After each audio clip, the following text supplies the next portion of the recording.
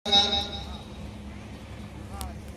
जगह पर मानसपंथी स्पर्धा का आयोजन हम जो जिला स्तरीय सोच बनाकर इस आयोजन को रखे हुए थे, जिसमें विभिन्न मंडलियों ने अपनी सहभागिता दी है और हम सब इसमें सम्मिलित होकर आनंद के सहभागी बने हुए हैं। मित्रों, मानस क्या है? मानस केवल कथा नहीं है, क्योंकि मानस इसलिए कथा नहीं है क्योंकि भगवान राम इस धरा पर आज से 18.5 लाख वर्ष पहले इस धरा पर अवतरित हुए थे और उसने जो किया वो आज रामचरितमानस के रूप में, ग्रंथकार के रूप में आप सबका एक दिग्दर्शन का केंद्र बना हुआ है। उसने जो किया, उसने जो जिया, उसने जो सुना, उसने जो अपने जीवन में आचरण में लाया, वो आज कथा के रूप में आप सबके बीच प्रस्तुत हो रहा है। तो क्या ये कथा केवल कथा है? कथा क्या केवल ये कहानी है? जी नहीं, ये ऐतिहासिक सत्य है। और जो ऐतिहासिक सत्य जो होता है वो वास्तव में अनुकरणीय होता है। चरितम रघुनाथ सत्य सत्कोटि प्रविस्तरम एक अक्षरम पुंसाम महापातक नाशनम, ये महर्षि वेद व्यास जी अपने पद्म पुराण में कहते हैं। उनके एक अक्षर हमारे जीवन का कल्याणकारिणी पथ प्रशस्त करता है। यस्य महिमानम परम ब्रह्मेति शब्दितम, वेदों ने कहा है उनकी महिमा ही स्वयं में परब्रह्म कहलाती है। तो जिनकी महिमा ही स्वयं परब्रह्म शब्द से निनादित है, उपनीत है, ऐसे परमात्मा का चरित्र हम सबके लिए परम कल्याणकारी है। क्यों? वह परब्रह्म परमात्मा थे तो परब्रह्म परमात्मा, लेकिन वो इस धरा पर आकर के किए क्या? बोले मनुष्यों को मनुष्य होना, मनुष्यों को मनुष्य बनना सिखाया, भगवान बनना नहीं सिखाया। कल्पना कीजिए, ईश्वर इस धरा पर आए, उसने बनना क्या सिखाया? बोले हमको मनुष्य बनना सिखाया। इसीलिए उसने भाई से भाई का प्रेम कैसा हो, पिता के साथ पुत्र का संबंध कैसा हो, माता के साथ माता का व्यवहार कैसा हो, ये राम ने सिखाया। तो जो राम ने सिखाया, ईश्वर होकर बनना क्या सिखाया? बोले मनुष्य बनना सिखाया। तो हमको बनना क्या है? हमको केवल मनुष्य बनना है। जैसे राम ईश्वर होकर मनुष्य बनना सिखाया, इसीलिए कहा गया मानुष मानुष सबई कहावे, मानुष बुद्धि बिरला पावे।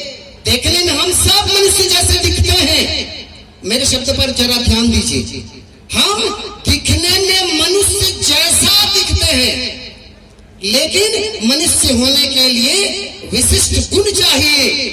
जैसे कुत्ता होने के लिए कुत्ते में वो विशेषता नहीं रहेगी तो हम उन्हें कुत्ता नहीं कहेंगे।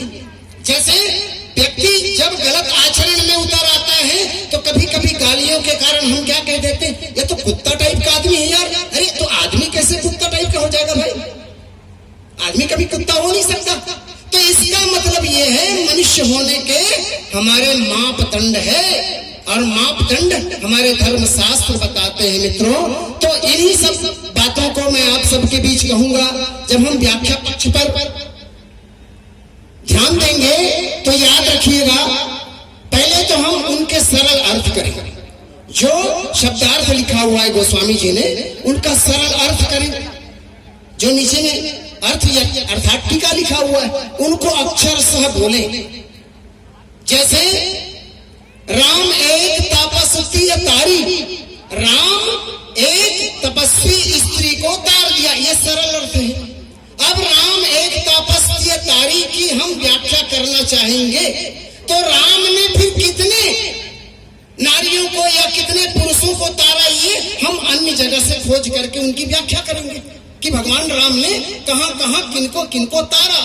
उसके बाद उसके तत्वार्थ खोजेंगे। तत्वार्थ की महत्ता यह है कि किस शास्त्र में भगवान राम ने किस किस को तारा, इनका शास्त्रीय प्रमाण क्या है। और जब तक इनकी व्याख्या हमारे जीवन में नहीं होगी तो हम मूल रूप से इसी तरह से तत्वार्थ है, व्याख्यार्थ है, महतत्वार्थ है, भावार्थ है, शब्दार्थ है, इन सब चीजों के तहत हम जब उतर पाते हैं तब मूल रूप में हम व्याख्या को सही अर्थों में निर्णायक दौर तक पहुंचा पाते हैं। हम केवल सरल अर्थ को ही नहीं बोल पाते, तो ये हमारे लिए बड़ी विडंबना है ना। तो सरल अर्थों को तो बोलिए, लेकिन व्याख्या होती है क्या? एक होता है समास और दूसरा होता है व्यास। व्यास का अर्थ ही होता है बढ़ा चढ़ाकर उन बातों को व्याख्यायित करना, और समास का अर्थ होता है छोटा संक्षिप्त में। तो अभी जितने मंडलियों को मैंने सुना, सबने केवल संक्षिप्त में अपनी व्याख्या दी है, व्यास के रूप में किसी ने अपनी व्याख्या नहीं दी। जबकि हम विभिन्न मंडलियों या विभिन्न क्षेत्रों में जब जाते हैं तो हम भिन्न भिन्न मंचों में विभिन्न विभिन्न व्याख्याकारों को हम विशेष व्यास शैली में सुनते हैं, तो एक ही दोहे पर वो 2 घंटा निकाल देते हैं। तो ये 2 घंटा निकाल क्यों देते हैं? इसीलिए उनकी तैयारी बड़ी जबरदस्त रहती है। वेदों का, उपनिषदों का, धर्म शास्त्रों का कल्पना करो आप। गोस्वामी जी ने अपने रामचरितमानसकार के गोस्वामी जी ने रामचरितमानस के प्रथम कांड बालकांड के 7वें नंबर के श्लोक में क्या लिखते हैं? नाना पुराण निगमागम सम्मतम यद रामायणे निगदितम क्वाचित अन्यतोपि स्वांता सखाय तुलसी रघुनाथ गाथा भाषा निलन्न मति मंजूर मातनोति। महाराज गोस्वामी तुलसीदास जी ने 6 शास्त्र सब ग्रंथन को रस, यानी 6 शास्त्र के रसों को निचोड़ के रखा है। अब आप गीता ही नहीं बोल सकते, गीता की चार श्लोक नहीं बोल सकते, तो फिर व्याख्या करोगे कैसे? भाई हम वेद नहीं पढ़ सकते, पुराण नहीं पढ़ सकते, लेकिन गीता हमारे लिए सहज में उपलब्ध है। तो यदि गीता के श्लोकों को जो व्याख्या में हमको उतार देनी है, क्योंकि ये नाना पुराण निगमागम वेद और उपनिषद से भरा हुआ हमारा रामचरितमानस है, तो इनको व्याख्या करने के लिए कम से कम आप लोगों को चाहिए कि आप गीता के श्लोकों को याद करें, और उसको याद करने के बाद बीच बीच में आप उनका उदाहरण दें, तभी आपकी व्याख्या संपुटित रूप में संबलित होगी और श्रेष्ठतम होगी। तो इसीलिए मेरे मित्रों, मेरे आदरणीय सज्जनों, मैं ज्यादा कुछ न कहते हुए आप सबको हृदय से बधाई देता हूँ, शुभकामनाएं प्रदान करता हूँ कि आप सबका जीवन मंगलमय हो, आनंदमय हो, सुखमय हो। और जिनको भी इस धर्ममंच से इस प्रतिस्पर्धा में नंबरिंग मिली है, प्रथम के योग्य रहे हैं, वे भी शुभकामना के योग्य हैं। और ज्यादा कुछ न कहते हुए आप सबको पुनः पुनः धन्यवाद, और भगवान के चरणों में आप सबके लिए मेरी मंगल अभ्यर्थना, आप सबका जीवन आनंदमय हो, सुखमय हो। ओम तत्सत, ओम तत्सत। बोलिए श्री रामचंद्र की जय।